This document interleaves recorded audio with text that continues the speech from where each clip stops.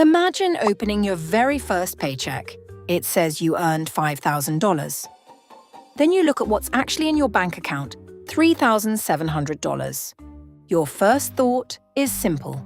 Someone has robbed me.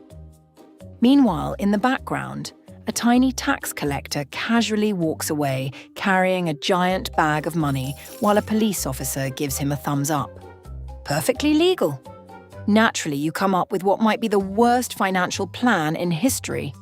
If taxes take my money, I'll just never pay taxes again. Brilliant. You dramatically throw every tax document into a fireplace, put on sunglasses and walk away like you've just defeated the final boss. For about 30 days. At first, nothing happens. You feel like a genius. You buy a giant TV, a sports car, a solid gold toilet. For some reason, a pet crocodile. Life is incredible. And then, the letters arrive. 1 letter becomes 3. 3 become 10.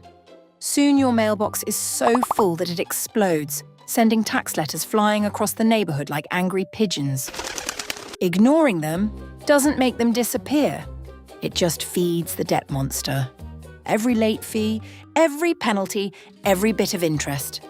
Adds another layer until the tiny problem becomes a gigantic monster following you everywhere. Eventually, you decide it's time to do something responsible. Maybe buy a house. The bank immediately says no. Maybe a car. Also no. Then comes the part almost nobody enjoys. The government doesn't need dramatic action scenes. Instead, imagine your bank account as a swimming pool full of cash. A giant straw appears from the sky and starts drinking it. Turns out, they're surprisingly good at collecting money they believe they're owed. But now imagine something even worse. What if everyone stopped paying taxes?